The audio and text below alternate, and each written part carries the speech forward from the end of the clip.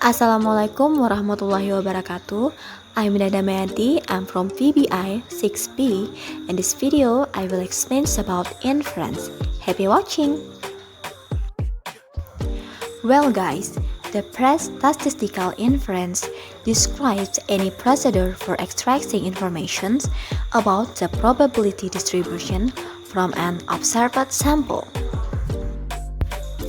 And this time, we will discuss three types of statistical inference. They are point estimation, hypothesis testing, and set estimation. We begin in motivating example by examining a narrative that is sufficiently nuanced to motivate each type of inferential technique. An artificial example that permit us to scrutinize the precise nature of statistical reasoning. Next, we come to point estimation. The goal of point estimation is to make a reasonable guess of the unknown value of a designated population quantity. For example, the population mean. The quantity that we have to guess is called the estimate. Next, estimating a population mean. Suppose that estimate is mu, the population mean. The plug-in principle suggests estimating mu by computing the mean of the empirical distribution.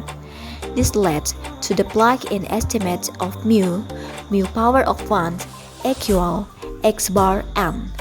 Thus, we estimate the mean of the population by computing the mean of the sample, which is certainly a natural thing to do. Next, we estimating a population variance. Now suppose that the estimate is sigma in rank of 2, the population variance. Although we are concerned with drawing inferences about the population mean, we will discover that hypothesis testing and set estimation may require knowing the population variance. If the population variance is not known, then it must be estimated from the sample. Now, we talk about heuristic of hypothesis testing. Hypothesis testing is appropriate for situations in which one wants to guess which of two possible statements about the population is correct. In heuristic of hypothesis testing, we have the states of nature. The states of nature are the possible mechanisms that might have produced the observed phenomenon. Mathematically, they are the possible probability distribution under consideration. In the state of the nature, having been partitioned into two hypotheses, it is necessary for a decision maker, the actor, to choose between them.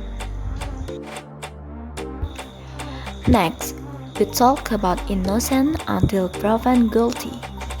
Because we are concerned with probabilistic evidence, any decision procedure that we devise will occasionally result in error. Obviously, we would like to devise procedures that minimize the probabilities of committing errors. To actualize its antipathy to type 1 errors, the Neyman-Pearson formulation imposes an upper bound on the maximal probability of type 1 errors that will be tolerated.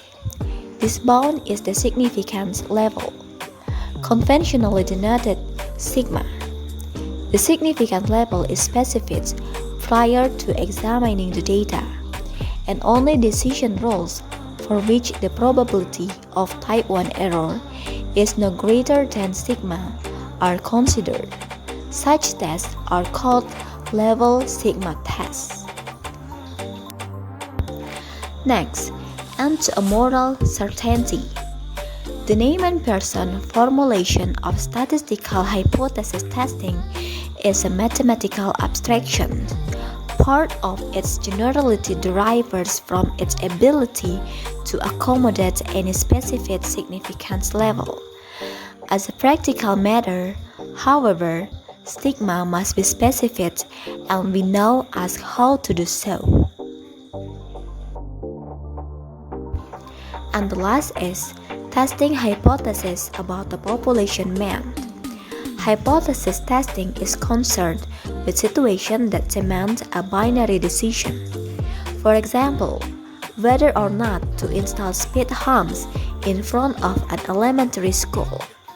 The relevance of hypothesis testing in situations that do not demand a binary decision is somewhat less clear. Well guys, I think it is enough for my explanations about inference statistical. I hope it will help you to more understand about inference statistical. And then don't forget to like, comment, and subscribe. Thank you.